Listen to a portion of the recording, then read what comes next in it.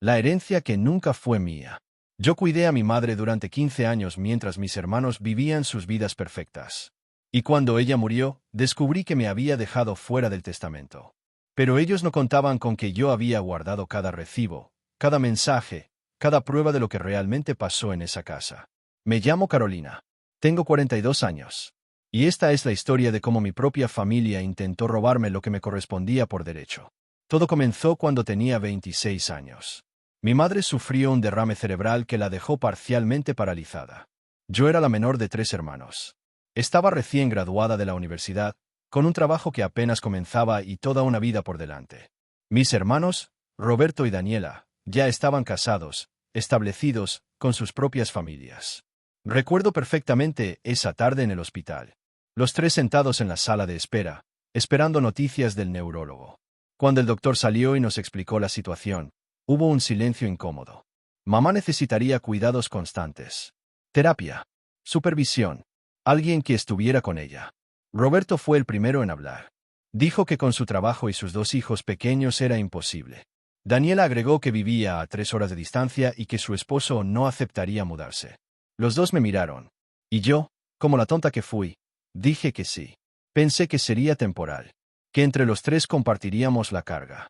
Que mis hermanos aparecerían los fines de semana. Que contribuirían económicamente. Que mamá mejoraría pronto. Nada de eso pasó. Renuncié a mi trabajo porque no podía dejarla sola. Las enfermeras privadas eran demasiado caras y mamá las rechazaba a todas. Decía que solo confiaba en mí. Que yo era su niña.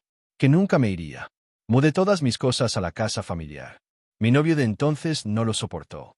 Me dejó a los 6 meses. Dijo que había elegido ser madre de mi propia madre en lugar de tener una vida.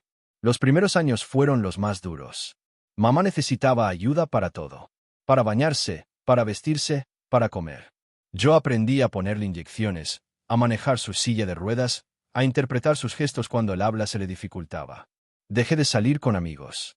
Dejé de ir al gimnasio. Dejé de existir como Carolina para convertirme en la cuidadora de mamá. Roberto y Daniela aparecían una vez al mes, si acaso. Llegaban con flores y chocolates, se sentaban una hora a platicar, tomaban fotos con mamá para sus redes sociales y se iban. Mamá se iluminaba cuando los veía. Los llamaba sus bebés exitosos. Roberto el abogado, Daniela la arquitecta.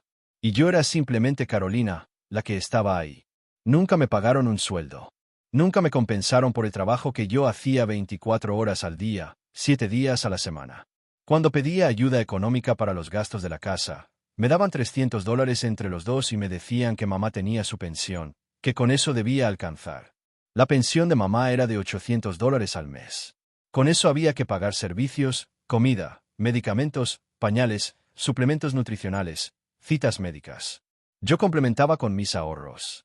Los ahorros que había hecho antes del derrame. Los ahorros que eran para mi futuro. Pasaron 5 años. Luego 10. Yo cumplí 30, 35, 40. Veía a mis excompañeros de universidad triunfar en sus carreras, casarse, tener hijos, viajar. Yo seguía en la misma casa, con la misma rutina, viviendo la misma vida congelada en el tiempo. Mamá mejoró un poco con los años, pero nunca lo suficiente para ser independiente. Podía caminar distancias cortas con andadera. Podía comer sola si le cortabas la comida. Podía hablar, aunque arrastraba las palabras.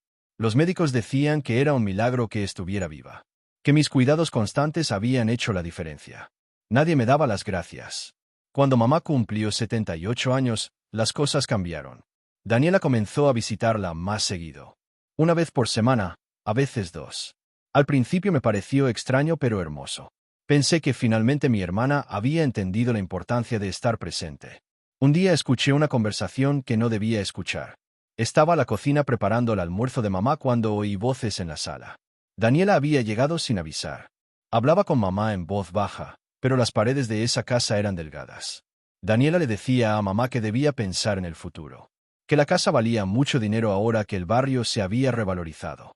Que Roberto y ella habían estado investigando y que si mamá la vendía, podría irse a un asilo muy bonito, de esos con jardines y actividades. Que sería mejor para todos. Mamá respondió con su voz temblorosa que no quería irse a ningún asilo. Que quería morir en su casa. Que Carolina la cuidaba bien. Daniela suspiró. Dijo que yo era muy sacrificada, sí, pero que también era una fracasada. que no tenía vida propia, que me había convertido en una solterona amargada sin futuro, que ellos se preocupaban por mí también, que vender la casa sería lo mejor para todos, incluyéndome. Me quedé paralizada con el cuchillo en la mano, cortando verduras que ya no veía porque las lágrimas nublaban mi vista. Esa noche confronté a Daniela. Le dije que había escuchado todo. Ella ni siquiera tuvo la decencia de negarlo. Me dijo que era la verdad, que yo había desperdiciado 15 años de mi vida, que mamá no iba a vivir para siempre y que cuando muriera, yo quedaría sin nada. Ni carrera, ni ahorros, ni casa propia. Le pregunté si eso era lo que le importaba. El dinero de la casa. Me miró como si yo fuera estúpida y me dijo que por supuesto, que esa casa valía más de $500,000, que dividida entre 3 herederos, nos tocaban más de 160,000 a cada uno, que con esa cantidad yo podría empezar de nuevo. Le dije que me fuera de mi casa. Ella se rió y me recordó que no era mi casa, era de mamá, y que mamá podía hacer lo que quisiera con su propiedad. Las visitas de Daniela continuaron. Roberto también comenzó a aparecer más, siempre con el mismo discurso. El asilo, la venta de la casa, lo mejor para mamá. Yo veía cómo la confundían, cómo plantaban dudas en su mente debilitada. Entonces mamá enfermó de gravedad. Neumonía.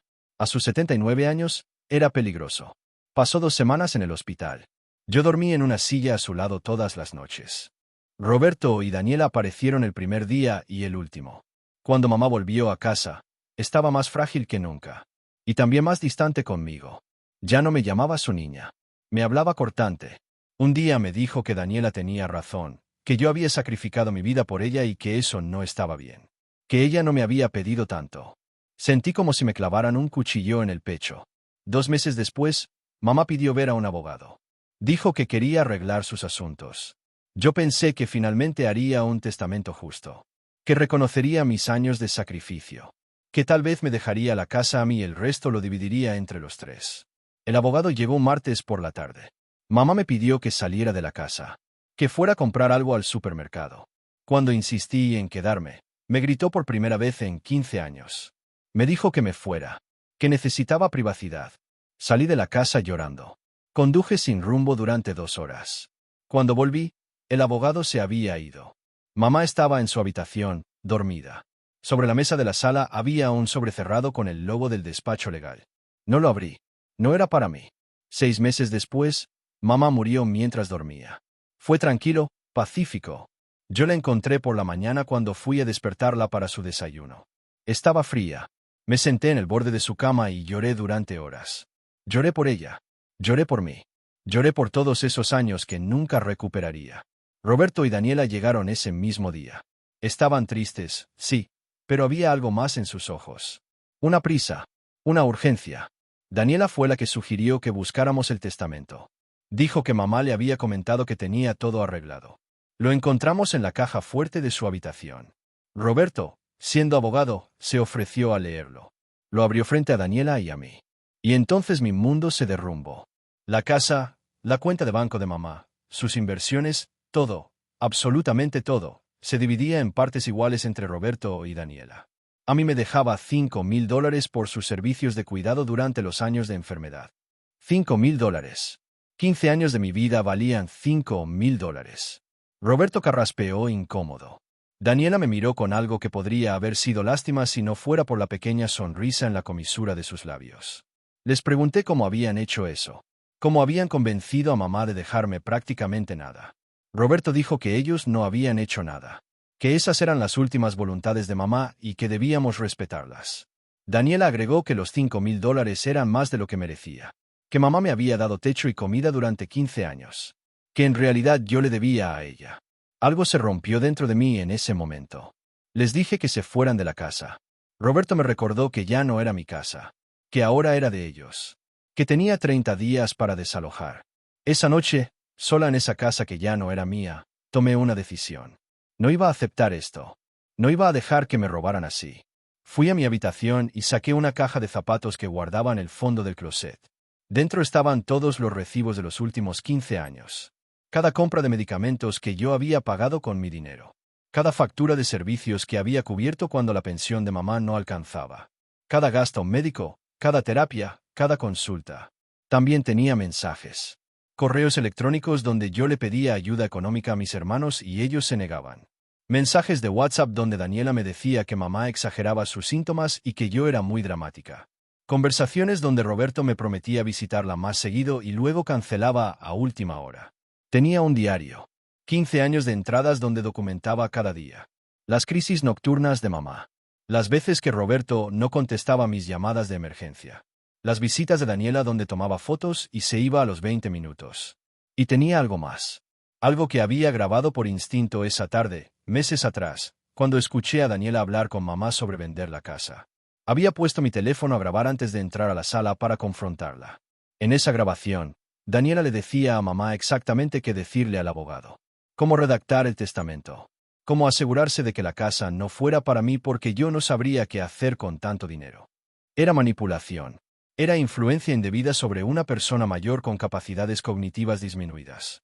Busqué al mejor abogado especialista en sucesiones que pude encontrar. Se llamaba Dr. Ramírez. Había litigado casos familiares por 30 años.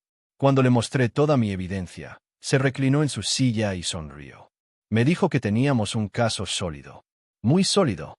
Que podíamos impugnar el testamento por influencia indebida y también demandar a mis hermanos por enriquecimiento ilícito.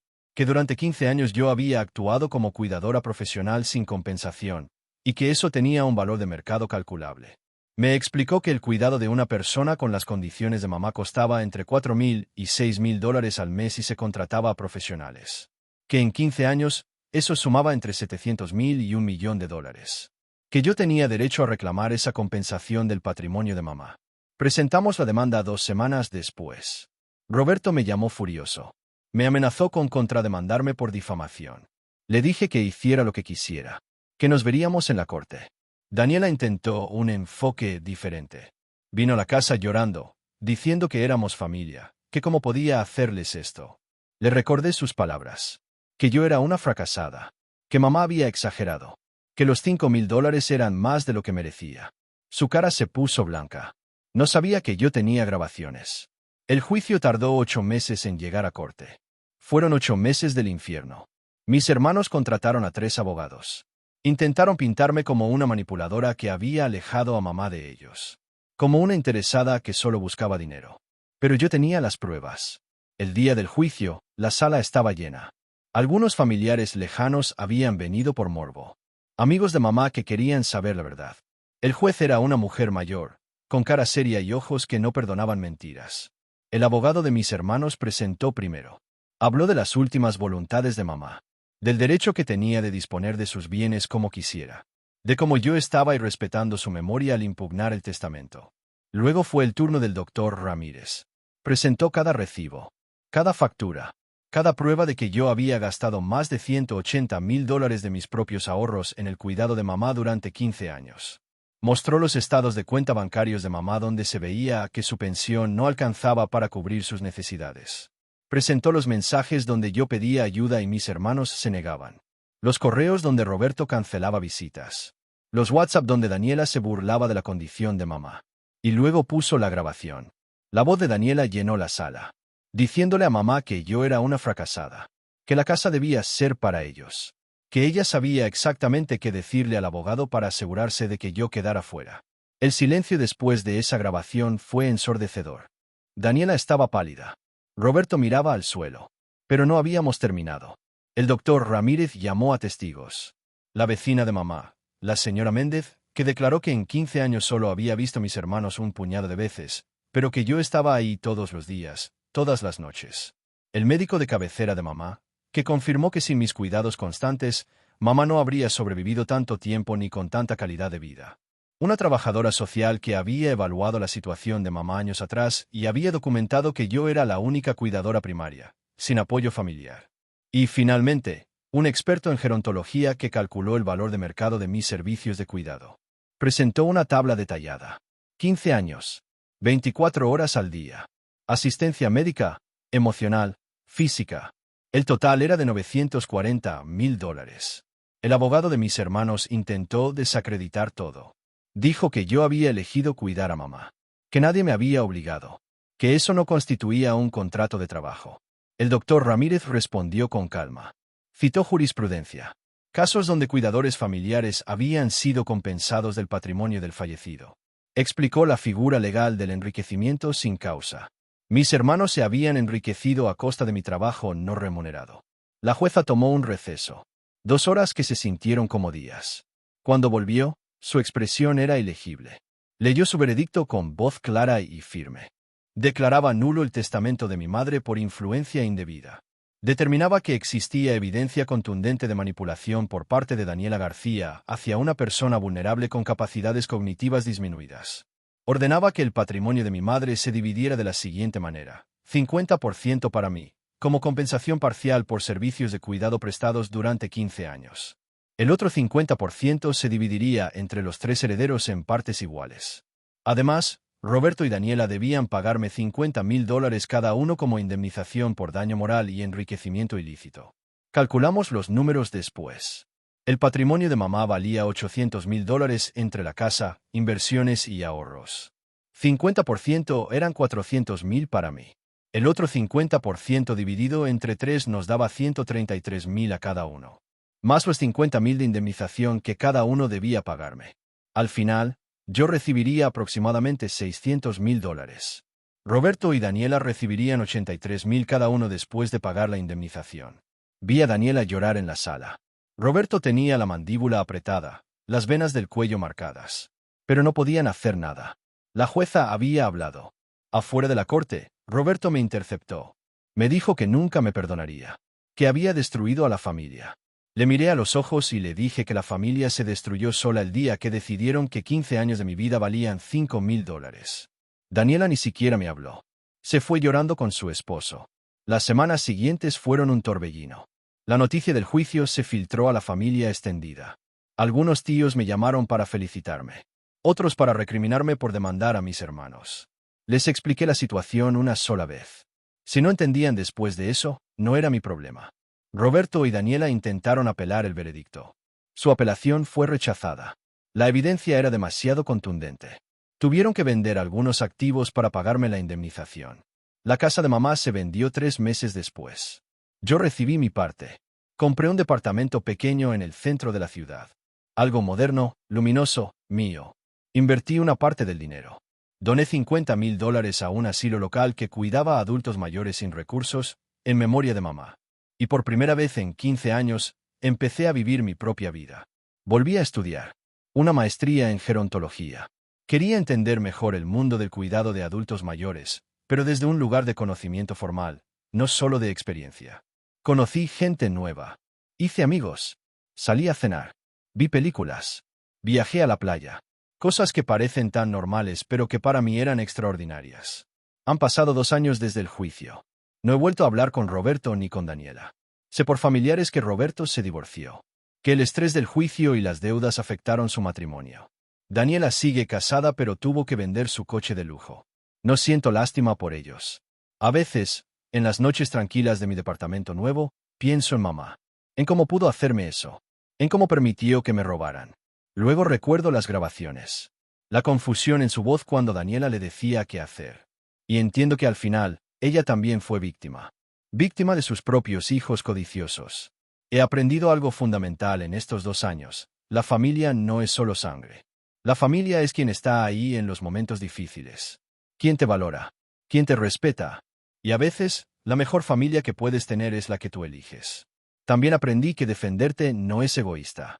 Que reclamar lo que te corresponde no es avaricia. Que después de dar tanto, tienes derecho a recibir. Hay gente que me pregunta si me arrepiento de haber demandado a mis hermanos. Si el dinero valió la pena. Les digo que no fue por el dinero. Fue por justicia. Fue por dignidad. Fue por esos 15 años que nadie más valoró. Y sí, cada centavo valió la pena. Porque ahora, cuando me miro al espejo, veo a alguien que se defendió. Alguien que no se dejó pisotear. Alguien que tomó control de su propia historia. Ya no soy solo la cuidadora. Ya no soy solo la hermana sacrificada que todos olvidaron. Soy Carolina. Tengo 44 años.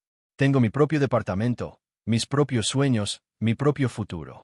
Y nadie, absolutamente nadie, me lo va a quitar nunca más.